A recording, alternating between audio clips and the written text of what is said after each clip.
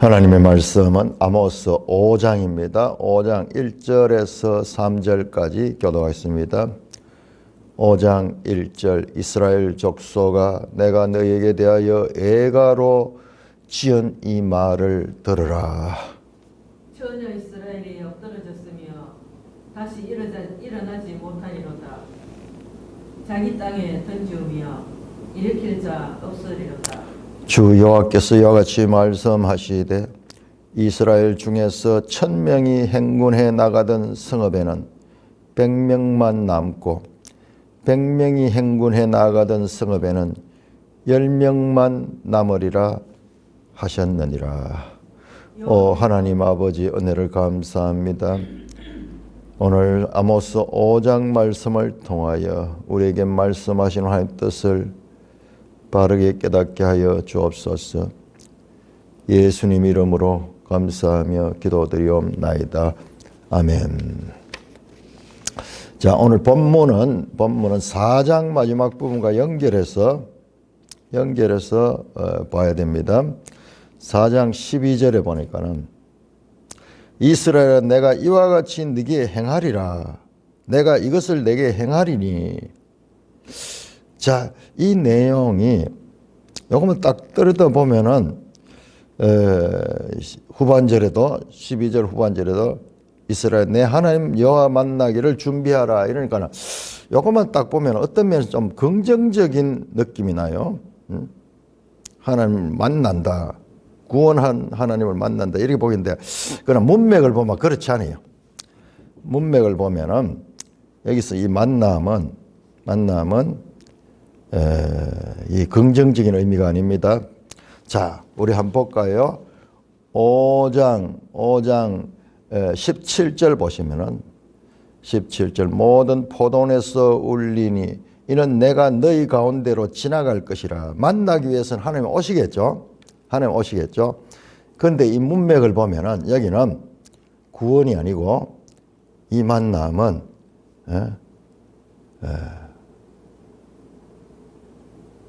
울게 되는 만남이요. 울게 되는 만남. 심판하는 만남이요. 심판하는 만남.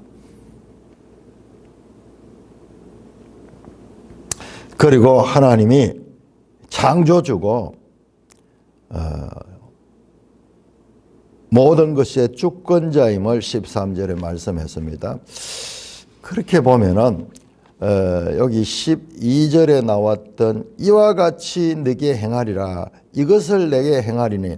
이것이 뭐냐? 이와 같이 행한다. 이것을 내게 행한다. 이것이 어쩌면은 지금 5장에 나오는 이런 내용, 하나님이 오셔서 심판하시는 내용으로 볼 수도 있는 것 같습니다. 자, 그래서 이스라엘 족속들아 내가 너희에게 애가를 지은 이 말을 들으라. 애가는 장례식 때 부르는 노래죠. 슬픔의 노래입니다. 처녀 이스라엘이 엎드려졌으며 다시 일어나지 못하리로다. 자기 땅에 던지우며 일으킬 자가 없으리로다. 처녀 이스라엘. 참, 우리 이게 이 선지서 보면 이런 표현 많죠. 심지어는 처녀 바벨론, 딸 바벨론, 처녀 이스라엘 뭐 이런 표현이 나오는데요. 제가 1차적으로는 약한 자, 이스라엘이 주로 이게 심판당할 때 나오는 이 표현이거든요. 하나님의 강한 심판 앞에 무능한 여인의 모습, 딸의 모습, 뭐 이런 것으로 표현할 수도 있고, 지금까지는 처녀니까는 한 번도 이런 심판을 경험해 보지 못했는 거예요. 뭐 그런 표현으로 볼 수 있고, 자간 이 하나님이 부르는 이 호칭이 대체로 심판할 적에 나오는 호칭이에요. 처녀 이스라엘이 엎드려지다 스스로 넘어지는 거죠. 스스로 넘어져. 그래서 다시 일어나지 못하라. 스스로 일어날 수 없는 거예요. 넘어지는 것도 스스로 넘어지고 일어나는 것도 스스로 일어나지 못하는 거예요. 자, 그런데 후반에는 자기 땅에 던지움이요. 자, 스스로 던지는 게 타력에 의해서 던져졌습니다. 그러므로 일으킬 자가 없다. 스스로 일어나지 못할 뿐만 아니라 일으켜 줄 자도 없다. 일으켜 줄 자도 없다. 앞에는 자동사가 사용됐고 후반에는 타동사가 사용됐습니다. 자, 하나님의 심판은요, 이 두 면이 같이 있습니다. 스스로 죄를 범해서 당하는 일이기도 하면서 동시에 하나님께서 하시는 심판이기도 하죠. 주 여호와께서 이와 같이 말씀하시되 이스라엘 중에서 1000명이 행군을 나가던 성읍에는 100명만 남고 100명이 행군에 나가는 성읍에는 10명만 남으라. 그러니까 이게 행군, 성읍, 전쟁을 가리켜요. 전쟁. 전쟁에서 큰 패배를 당하는 것을 말씀합니다. 1000명이 나가서 다 900명이 죽고 100명만 남고 100명이 나갔던 데는 10명만 남는 90%가 전쟁에서 죽는 내용을 가리킵니다. 이와 같은 일을 너희가 당할 거다. 하나님이 오셔서 하나님이 너희를 만나게 될 적이에요. 4절입니다. 4절에서 6절 교독하겠습니다. 4절 여호와께서 이스라엘 족속에게 이와 같이 말씀하시기를 너희는 나를 찾으라 그리하면 살리라. 베델을 찾지 말며 길갈로 들어가지 말며 브엘세바로도 나아가지 말라.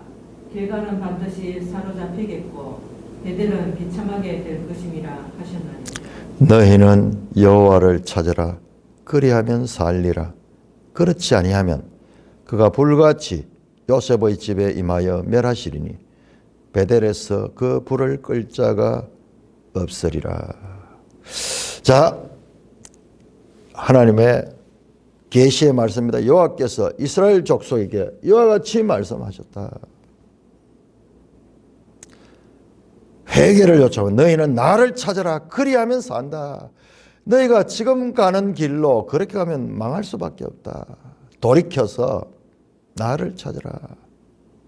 내게로 돌아오라. 그 말씀이죠. 내게로 돌아오라. 그런데 우리가 4장에서 봤죠. 그들은 돌아오지 아니했다. 돌아오지 아니했다. 4장 6절, 4장 8절, 4장 9절, 4장 10절, 4장 11절 너희가 내게로 돌아오지 않았다. 돌아와서 하나님을 찾아라. 그러나 너희가 돌아오지 않는다. 그 결과 너희는 저주를 받을 수밖에 없다. 여기서도 말씀하십니다. 이제는 직접적으로 여기에 나를 찾아라. 그러면 살 수 있다. 나를 찾지 아니하면 너희는 죽는다. 너희가 돌아오지 아니하면 너희는 멸망할 수밖에 없다. 하나님이 회개를 요청합니다. 그러면서 베델을 찾지 말며 나를 찾고 베델은 찾지 말고 길갈로 들어가지 말며 브엘세바로도 나아가지 마라.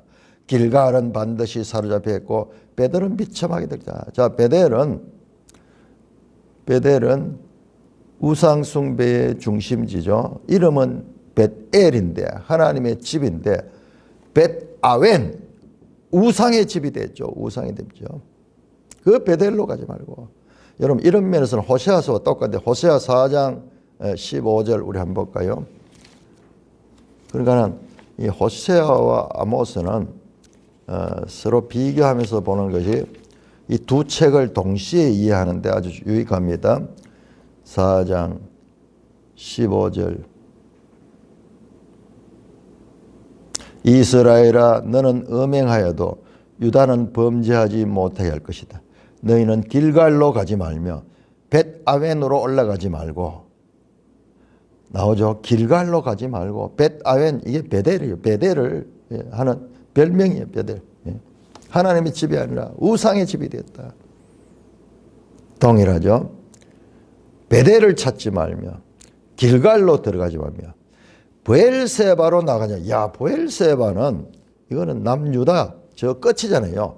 보통 이스라엘 영토를 이야기할 때 북쪽으로는 단, 남쪽 끝은 브엘세바라고 하는데 브엘세바로 갔다.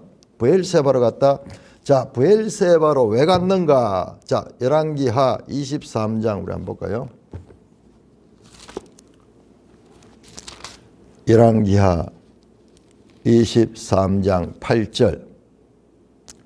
이게 뭐예요? 열왕기하 23장은 요시야 왕 때 개혁하는 그때죠.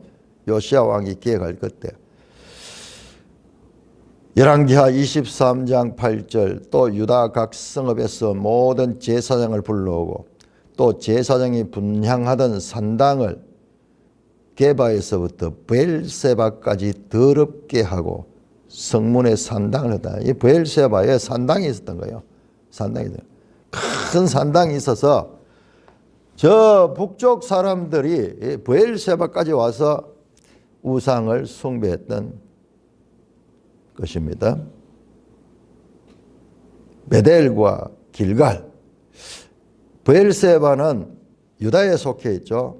그래서 그런지 길갈은 반드시 사로잡혀 있고 베델은 비참하게 될 것이다. 브엘세바는 지금 말하고 있지 않아요. 그러나 우리가 방금 읽었듯이 이 브엘세바는 북왕국이 망한 후에 나중에 남유다의 이 요시야 왕 때 이 산당을 파괴시키죠. 그러면서 너희는 여호와를 찾아라. 4절에 여호와를 찾아라 그리하면 살리라. 그리고 베델을 찾지 말고 길갈로 가지 말고 브엘세바로 가지 말고 다시 너희는 여호와를 찾아라. 4절과 6절 중간에 5절은 찾지 말고 그다음에 4절과 6절은 찾아라. 무엇을? 여호와를 찾아라. 그리하면 산다. 베델을 찾지 마라. 그리하면 죽는다. 죽는다. 이와 같이 그들이 무엇을 구해야 될 것인가? 무엇을 찾아야 될 것인가? 베델과 길갈과 브엘세바는 우상의 신전이야. 우상의 신전.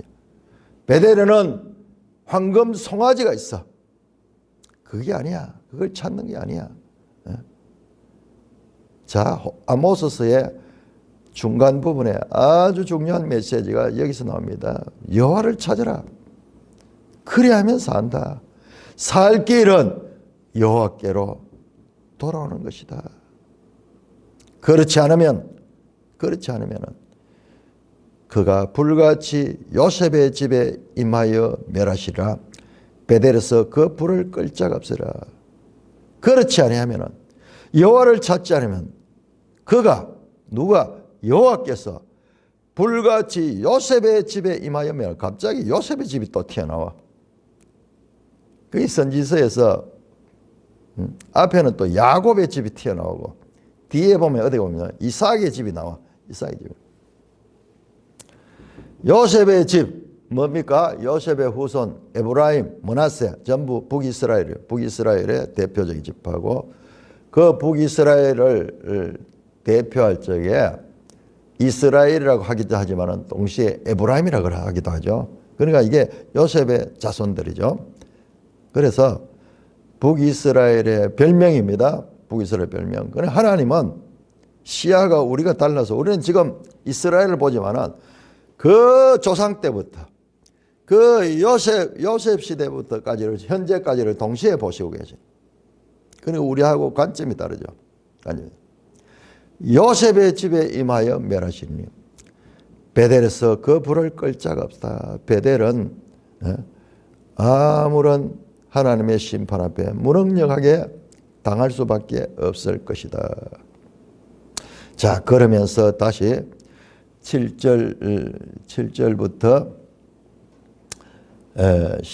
13절까지 교도하십니다. 7절부터 13절까지 아모스 5장 7절 정의를 선숙으로 바꾸며 공의를 땅에 던지는 자들아.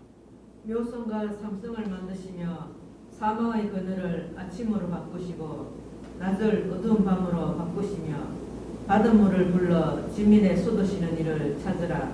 그 이름은 여호와시니라. 그가 강한 자에게 갑자기 패망이 이르게 하신즉 그 패망이 산성에 미치느니라. 우리가 성문에서 책망하는 자를 미워하며 정직히 말하는 자를 싫어하는도다. 너희가 힘없는 자를 밟고 그에게서 미래부당한 쇠를 거두었은즉 너희가 비록 다듬은 돌로 집을 건축하였으나 거기에 거주하지 못할 것이요 아름다운 포도원을 가꾸었으나 그 포도주를 마시지 못하리라. 너희의 허물이 많고 죄악이 무거움을 내가 아노라. 너희는 의인을 학대하며 뇌물을 받고 성문에서 가난한 자를 억울하게 하는 자로다.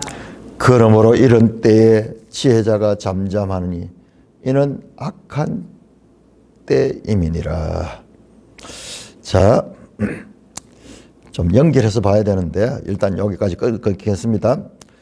자, 유명한 아모스의 표현은 정의를 선숙으로 바꾸며 공의를 땅에 던지라. 우리 지난번 개혁성에는 정의를 인진으로 바꿨다가 인진이 뭔지 우리가 잘 모르죠. 여기 좀 이해할 수 있도록 이번에는 풀어서 선숙. 그런데 우리 쑥은 봄에 나오는 쑥은 아주 뭐 맛도 좋고 건강에도 좋죠. 우리하고 좀 다릅니다. 아주 것입니다. 쑥대밭이 됐다. 우리말에 그런 표현에서 쑥대밭이 됐다. 좀 부정적이죠. 정의를 미스파트, 선쑥으로 바꾸고 공의를 체데크를 땅에 던지는 자들아.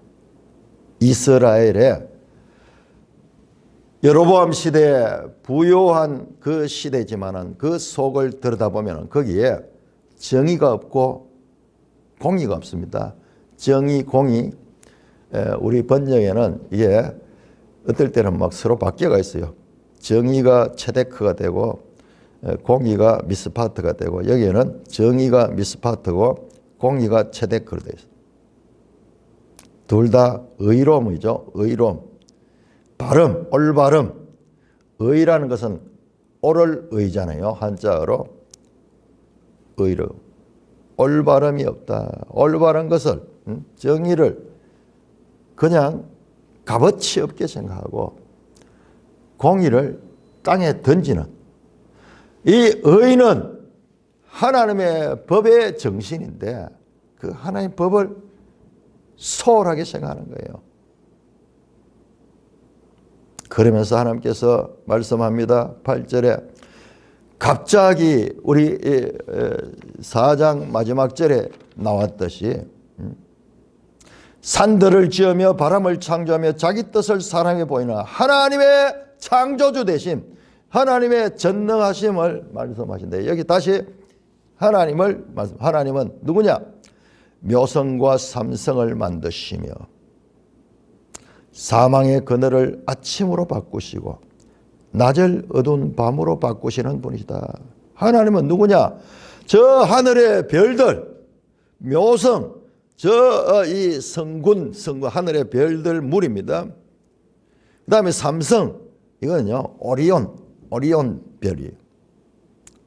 저 하늘의 저 별들을 하나님은 만드신 분이다. 사망의 그늘을 아침으로, 사망은 어둠입니다. 어둠. 빛이 없는 곳입니다. 그런데 그것을 아침처럼 밝게 바꾸시는 분이시다. 낮을 어두운 밤으로 바꾸시고 반대로 그 밝은 낮을 밤으로 바꾸시고 바닷물을 불러 지면에 쏟으신 이를 찾으라. 앞에 나왔죠? 너희는 나를 찾으라. 그리하면 살리라. 내가 누구냐? 나는 바로 저 창조주 하나님이다. 그의 이름은 여호와시다. 이 하나님의 법을, 정의와 공의를 짓밟는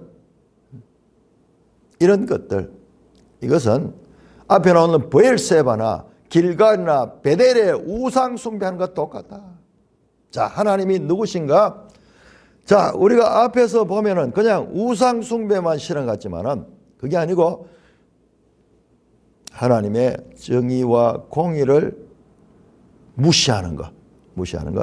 야, 여러분, 여기 연결됩니다. 하나님을 알고 하나님을 따르게 되면은 삶이 정의와 공의로운 삶을 살게 됩니다. 그런데 하나님이 아니라 우상을 숭배하고 우상을 따르게 되면 삶이 의와 정의와 공의를 짓밟는 그런 삶을 사는 거예요. 그러니까 갑자기 하나님이 창조자는 우주 만물의 창조주 하나님이다. 그의 이름은 여호와다. 그를 찾아라. 이를 찾으면 너희가 살게 된다. 그는 어떤 분인가? 그가 강한 자에게 갑자기 패망이 이르게 하신 적, 그 패망이 산성에 미친다. 그가 누군지 너희가 몰라서 저런 우상을 숭배하고 너희 마음대로 정의와 공의를 무시하는데 그런 강한 자에게 갑자기 패망에 이르게 하시는 분이다. 앞에는 8절에는 하나님의 창조주 되심을 설명하셨고, 그 다음에 9절에서는 이 거룩한 용사 되심. 강한 자에게 갑자기 패망이 이르게 한다. 이 강한 자가 신약 성경에 마태복음 12장 29절, 마가복음 3장 27절, 누가복음 11장 20절, 강한 자가 자기 이 집을 지키고 있으면 어떻게 더 강한 자가 가서 그 강한 자를 결박해서 그 강한 자가 빼앗아 갔던 것, 탈취해 갔던 것을 다시 다 찾아올 수 있다. 예수님께서 하신 말씀이죠. 이 얼마나 중요하면 이게 마귀의 세력에 빼앗긴 것들을 예수님이 오셔서 그것을 찾는다는 그와 같은 비유적인 표현입니다. 그가 강한 자에게 갑자기 패망이 이른다.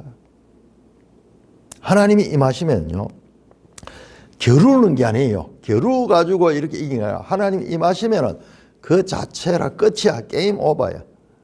여러분, 성경에 나오는 전쟁들을 자세히 보세요. 전쟁들을 자세히 보시면은 여호수아서나 사사기나 그다음에 열왕기에 나오는 전쟁을 자세히 보면 치열하게 전투하는 이런 경우가 잘 없어요. 근데 막 저쪽에는 철병거도 있고 군대 수가 수십만이 되고 막 무서운 그런 군대의 위협은 나오는데 정작 전쟁을 보면 갑자기 망해버려요.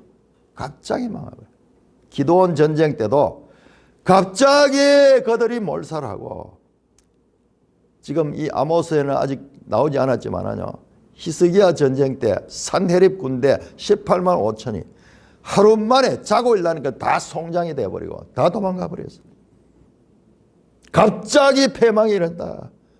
하나님과 사탄의 싸움은 이렇게 힘 겨루는 게 아니에요. 임하시는 자체가, 존재 자체가 없어져 버려요. 왜? 바로 앞에 나오는 8절의 하나님, 창조주 하나님, 주권자 하나님, 그 앞에 세상에 강한 자는 싸움의 대상이 되지 못합니다. 강한 자가 갑자기 패망에 이른 적 그 패망이 산성에 미친다. 그 강한 자가 무너지니까는 산성까지 다 무너질 수밖에 없는 것입니다. 자, 10절입니다. 10절. 무리가 성문에서 책망하는 자를 미워하며 정직히 말하는 자였으니라. 자, 여기 잘 봐야 됩니다. 성문이라는 단어가 이 10절에 나오고, 그 다음에 12절 성문에서, 그 다음에 15절도 성문에서 성문은 뭐냐 그러면은 우리 구약 성경에 나오죠. 성문에 앉아서, 성문에 앉으면은 재판자, 재판소입니다. 성문에서 재판이 일어나는 거예요. 많은 무리가 보는 성문 앞에 광장이 있잖아요. 그 광장에서 이것은 재판소를 가리킵니다. 무리가 성문에서 책망하는 자를 미워하며 정직히 말하는 자를 싫어한다. 이스라엘의 심리 상태를 가리킵니다. 바른 소리 하는 자를 싫어하고 정직하게 말하는 자를 미워하는 바른 소리를, 앞에 나왔죠. 정의를 선수구로 바꾸고 공의를 땅에 던지는 이런 존재들이 되니까는 바른 말로 책망하고 정직한 말로 하는 자, 의로운 말을 미워하고 그 의로운 말을 싫어하는 것입니다. 그리고는 어떻게 합니까? 11절입니다. 힘없는 자를 밟고 그에게서 미래부당한 세를 거두었은즉, 약한 자, 사회적 약한 자, 그거를 짓밟고 미래부당한 세를 거둔 자, 세금을 기본에 따라 가지고 자기 마음에 들지 않는다고, 또는 약해 보이는 자들에게 세금을 부당하게 거두어 가지고, 자, 이 세금 제도가 오늘날처럼 이렇게 조세 제도가 발달하지 못하니까는 이 세금을, 우리 예수님 시대도 세리들이 어떻게 했습니까? 세금을 일정액을 거두고 나머지는 자기가 세리가 먹는 거야. 그러니까는 이게 기준이 얼마나 이런 문제로 아픔이 많았겠습니까? 세금을 보고 네 농사 이만큼 많이 지니까 이만큼 내라. 좀 말 잘 듣고 자기한테 뇌물을 바치고 이런 자에게는 세금을 깎아주고, 이런 식으로 관리들이 힘 있는 자들을 밟고 그들에게서 미래부당한 세를 거두었으며, 그걸 가지고 남는 건 자기가 축제하는 거예요. 나라에 바칠 거 바치고 나머지는 지 능력이야. 그러니까는 예수님 시대도 세리들이 아주 그 백성들의 원성이 자자한 직업이었죠. 자, 그래가지고 부정축제를 해가지고 어떻게 합니까? 너희가 다듬은 돌로 집을 건축하였으나, 야, 다듬은 돌로 집을 건축한다. 이것은 아주 고급 주택이에요. 돌을 탁 다듬어가지고 이렇게 쌓는 거. 이렇게 하려고 하면은 건축비가 많이 들겠죠. 좋은 집을 지었다. 그러나 거기에 거주하지 못할 것이요. 아름다운 포도원을 가꾸었으나 그 포도주를 마시지 못하리라. 하나님께서 이와 같은 이 부당한 자, 그리고 이 약한 자들을 짓밟고 그 고혈을 짜내는 자, 그에 대한 심판을 이야기합니다. 그런데 이 심판은요, 이미 신명기 28장에 나와 있던 말씀이에요. 자, 우리 한번 볼까요? 신명기 28장. 그러니까 신명기 28장, 29장, 30장, 32장 얼마나 중요한지 모릅니다. 하나님의 구원의 경륜이 여기에 이미 가장 연속적으로 하나님의 구원의 경륜이 여기 다 나옵니다. 자, 신명기 28장 30절. 불순종에서 오는 저주에 이렇게 나옵니다. 30절. 네가 여자와 약혼하였으나 다른 사람이 그 여자와 같이 동침할 것이요. 집을 건축하였으나 거기에 거주하지 못할 것이요. 포도원을 심었으나 네가 그 열매를 따지 못할 것이다.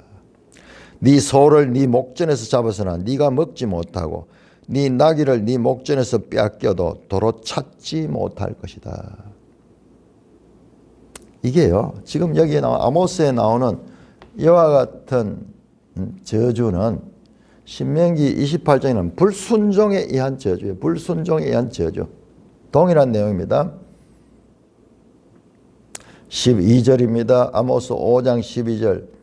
너희의 허물이 많고 죄악이 무거움을 내가 아느라. 허물, 죄악, 많고 무거움. 평행이죠. 평행법이죠. 강조입니다.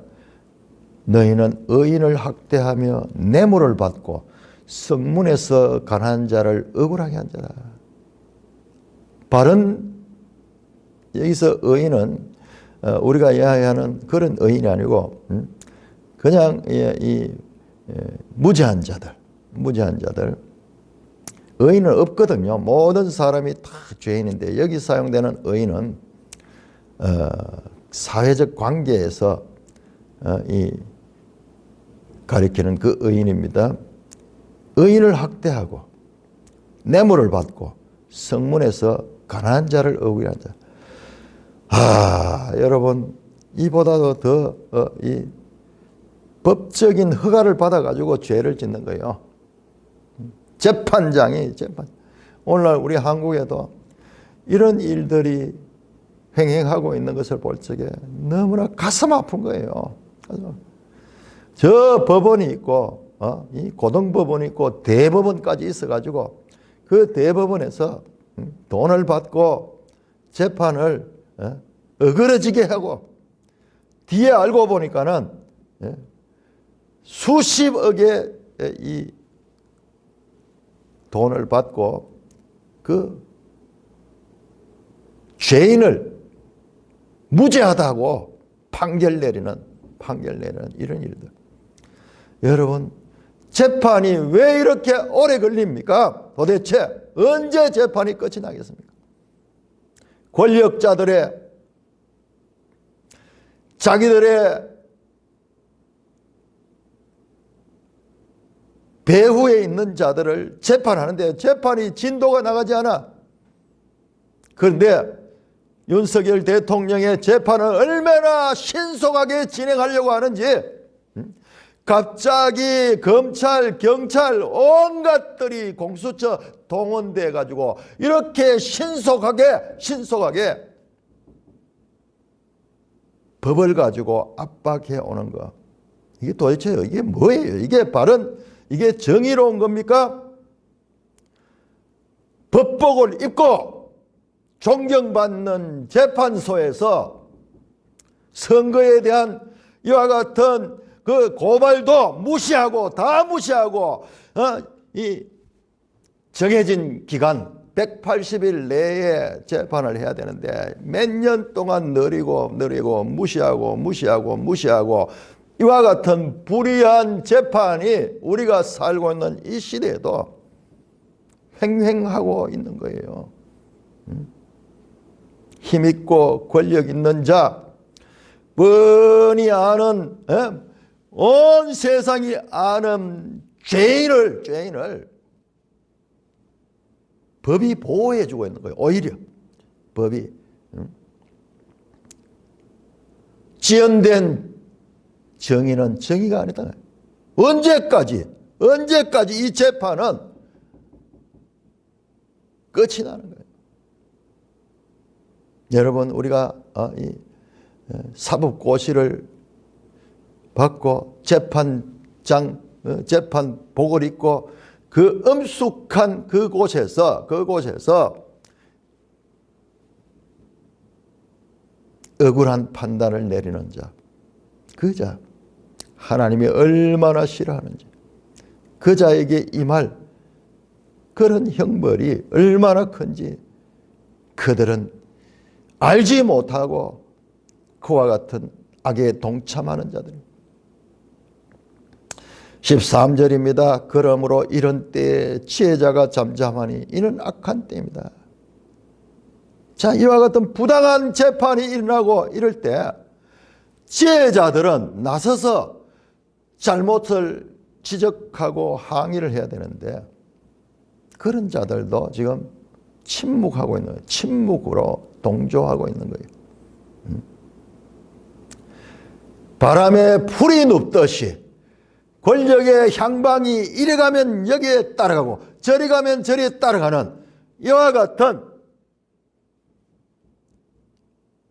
기회주의자들이 넘치는 그와 같은 사회가 여로보암 시대 북이스라엘이었다. 이것은 오늘 우리 시대에도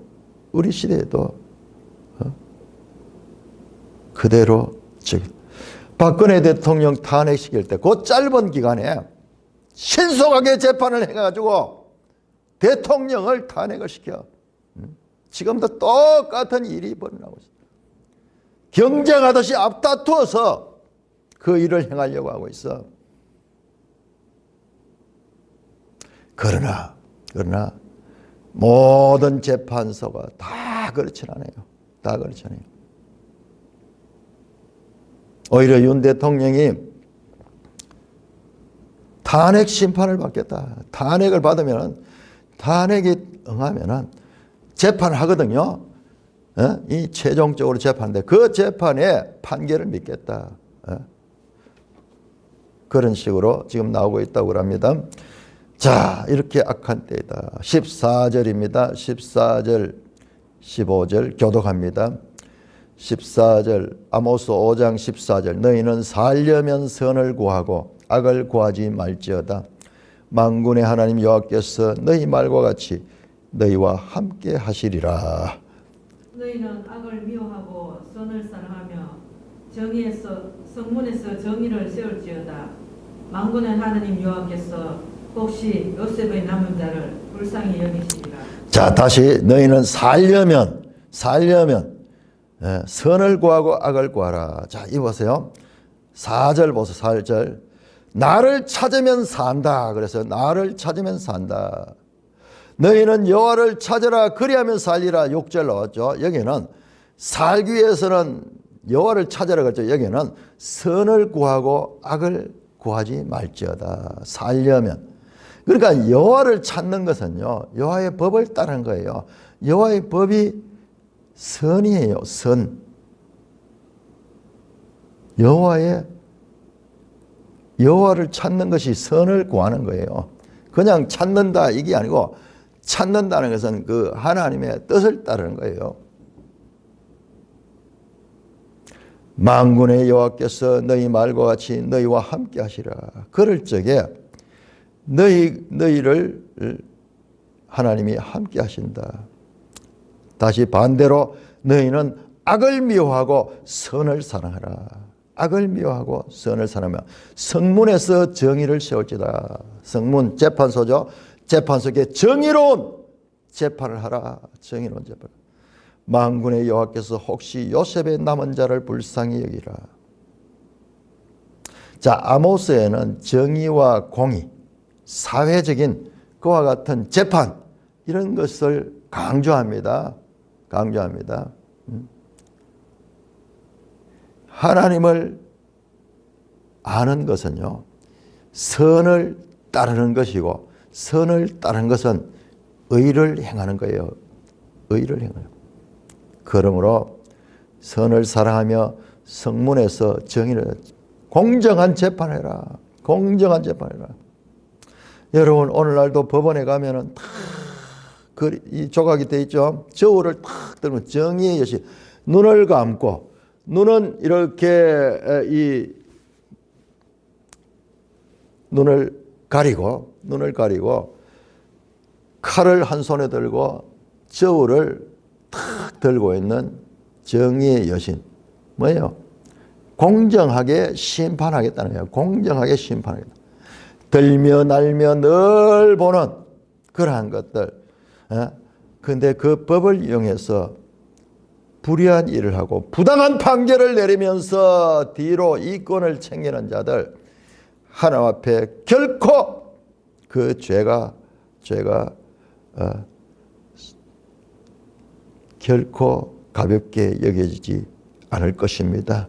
그러므로 우리가 이 세상을 보면서 그런 일이 행행할 적에 그냥 부안내동하고 분노만 할 것이 아니라 하나님의 심판의 칼이 원수 갚는 것은 내게 있으니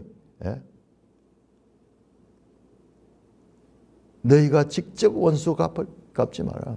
하나님께 기도하며 하나님의 심판을 우리가 기다려야 되는 것입니다. 자, 15절에 선을 사랑하며 성문에서 정의를 세우지라. 그 다음에 아주 중요합니다. 만군의 하나님 여호와가 야훼 엘로히 체바오트 만군의 하나님 여호와께서 요셉의 남은 자를 불쌍히 여기라. 앞에 나왔죠. 요셉의 집 나왔죠. 이스라엘을 가리킵니다. 이스라엘. 요셉의 남은 자들 그 가운데서 남은 자들을 불쌍히 여기라. 그런데 거기 뭐가 나오면 혹시 불쌍히 여기실 줄도 모르니 하나님의 긍휼과 자비가 임하면은 그 남은 자들은 이 불쌍히 여기다. 이게 루하마예요. 긍휼이 여기다. 긍휼. 하나님이 루하마 하실 것이다. 긍휼. 혹시 기계적이 아니에요. 하나님이 반드시 이렇게 하는 거 아니에요. 우리가 돌이키면은 하나님이 주권적으로 불쌍히 여길 수 있을 것이다. 불쌍히 그 하나님의 불쌍히 여김, 그 긍휼히 여김에 기대할 수밖에 없다. 그 은혜를 우리가 소망할 수밖에 없다는 말씀입니다. 자, 16절 17절 교독합니다. 그러므로 주 만군의 여호와께서 이와 같이 말씀하시기를 사람이 모든 광장에서 울겠고 모든 거리에서 슬프도다 하겠으며 농부를 불러다가 애곡하게 하며 울음꾼을 부르다가 울게 할 것이며 모든 포도원에서도 울리니 이는 내가 너희 가운데로 지나갈 것임이라. 여호와의 말씀이니라. 자, 여러분 이 보세요. 5장의 구조를 한번 보세요. 5장에 자, 5장 1절에 어떻게 시작합니까? 너희에 대하여 애가로 지은 이 말이다. 애가 장례식 곡조전, 장례식 노래, 슬픔의 노래. 자, 지금 이 단락에서 17절은 뭡니까? 슬픔의 노래가 나옵니다. 슬픔의 노래. 그러므로 주 만군의 여호와께서 이와 같이 말씀하시되 사람이 모든 광장에서 울겠고 모든 거리에서 슬프도다 하겠으며 에카 농부를 불러다가 애곡하게 하며 울음꾼을 불러다가 울게 할 것이며. 옛날에 돈을 받고 고고하는 사람, 우리도 보면 옛날에 초상집 가면 아이고 뭐 그렇게 곡하는 소리 내죠. 초상집에 곡하는 소리가 끊이면 안 돼. 그래서 전문적으로 일당을 받고 곡하는 사람들을 썼다고 그럽니다. 자, 그래서 슬픔의 노래, 슬픔과 울음, 애곡함이 나옵니다. 모든 포도원에서 울 것이다. 포도원은 수확하는 곳인데 거기에서도 울게 되는 거예요. 왜?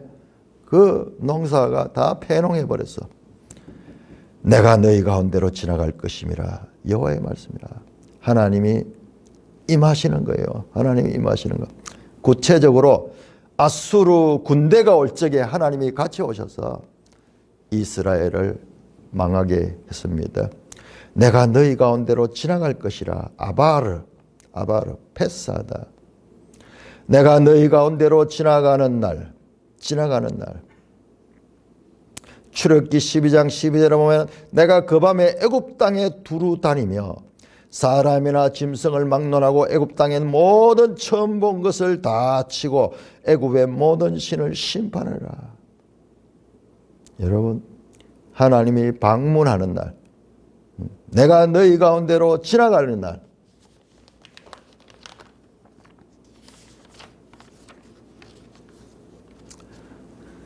사장 13절에 나왔던 4장 12절에 나왔던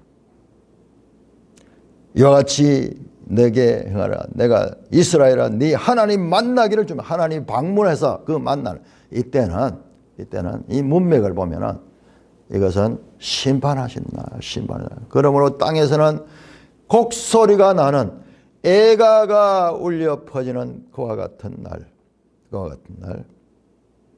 너희 가운데로 이 같은 하나님의 심판이 임할 것이다. 이것이 마태복음 24장 27절에 인자가 방문하는 날, 인자가 임하는 날, 주의 재림의 때, 이 땅의 모든 죄인들은 애가를 부르게 될 것이고 구원받은 백성들은 찬송을 부르게 될 것이죠. 내가 너희 가운데로 지나갈 때 궁극적으로 주님이 재림하시는 날, 주님의 재림의 날, 그날은 악인들의 심판의 날이요 의인들은 구원의 날이 될 것입니다. 찬송가 85장입니다.